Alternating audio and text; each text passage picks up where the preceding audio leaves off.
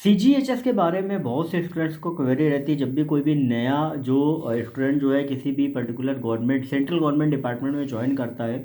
तो बहुत सी ऐसी चीज़ें होती हैं जो उसको नहीं पता होती हैं, जो आप सभी को जान लेनी चाहिए। तो यहाँ पर मैं आपको पूरा वीडियो मैं आपको बना रहा हूँ। जो अभी फ्रेशर्स हैं, जो सेंट्रल गवर्नमेंट एग्ज़ाम की तैयारी कर रहे हैं या जो ज्वाइन कर चुके हैं, वो भी ध्यान से सुने। हर पर्टिकुलर चीज़ को मैं आपको ब्रॉडली अच्छे से समझाऊंगा, ध्यान से आप सब सुनिएगा। देखो, सबसे पहली चीज कि सीजीएचएस जो है वो आपकी सेंट्रल गवर्नमेंट हेल्थ स्कीम के तहत जो भी आपके गवर्नमेंट जो रेट प्रिस्क्राइब करती है, जो भी आपके टेस्टिंग के, जो भी आपके डॉक्टर के जो रेट्स होते हैं, उसी हिसाब से आपका जो इलाज होता है वो private hospital as well as government hospital वहाँ पे आपका होता है। ठीक है, जैसे होता क्या है कि कोई भी अगर हॉस्पिटल आपका सीजीएचएस इम्पैनल्ड है, ठीक है, जैसे आजकल हर प्राइवेट हॉस्पिटल आजकल हो रहे हैं, तो वहाँ पर जो आपका गवर्नमेंट का जो फ़ी है, सॉरी मतलब डॉक्टर का जो फ़ी है, वो आपका 135 रुपये जो है वो आपका वो पूरा रहता है प्रिस्क्राइब रेट में, अगर आपके पास सीजीएचएस का कार्ड है। ठीक है, बाकी आपको नहीं देना है, 135 आपको देने हैं, भले वो डॉक्टर की फीस 900 1000 रुपये हो।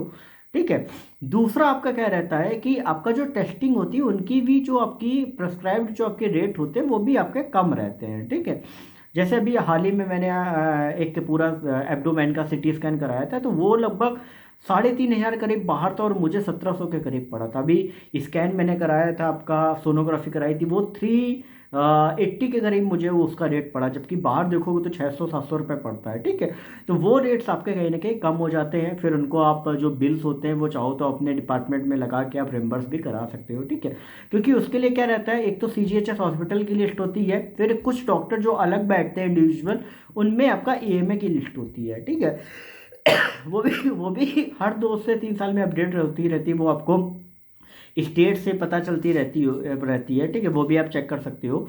अब यहाँ पे बात करते हैं सीजीएचएस के बारे में कि सीजीएचएस कैसे बनता है। सीजीएचएस के लिए क्या होता है कि आपका जो सीजीएचएस का जो हॉस्पिटल होता है, ठीक है, जहाँ पे आप अगर आप वहाँ दिखाने आते हो तो वहाँ तो आपको दवा भी वगैरह फ्री मिलती है। वहाँ से आपको एक फॉर्म लेना होता है जिसको भर के आपको वहाँ पे देना होता है, और वहाँ पे आपको पूरा लेटर वगैरह रहता है, जिसकी एक कॉपी आपकी डीडीओ में जाती है, जहाँ से आपका डिडक्शन आपका स्टार्ट हो जाता है, और आपका जो कार्ड होता है वो आपका 1 महीने के अंदर में आ जाता है। और उस पर्टिकुलर फॉर्म में अगर आपके ऊपर आपके फादर मदर कोई डिपेंडेंट है, वो भी कहीं ना कहीं आपको मेंशन करना होता है, जिससे उनका भी जो स्पेशल कार्ड है वो उनका बन जाता है। जैसे मेरे भैया जो है वो इस इंस्पेक्टर है आपके इनकम टैक्स डिपार्टमेंट में, तो मेरे फादर जो है उनके ऊपर डिपेंडेंट है, तो उनका भी कार्ड है, और सेम जो उनको फैसिलिटी मिलती है वही मेरे फादर को भी आपको मिलती है। ठीक है, तो ये चीज़ दिमाग में रखना कि जो भी डिपेंडेंट है उनको ऐड करना बिल्कुल भी मत भूलना। कल को आपकी शादी हो रही है तो वाइफ को ऐड करना बिल्कुल भी मत भूलना।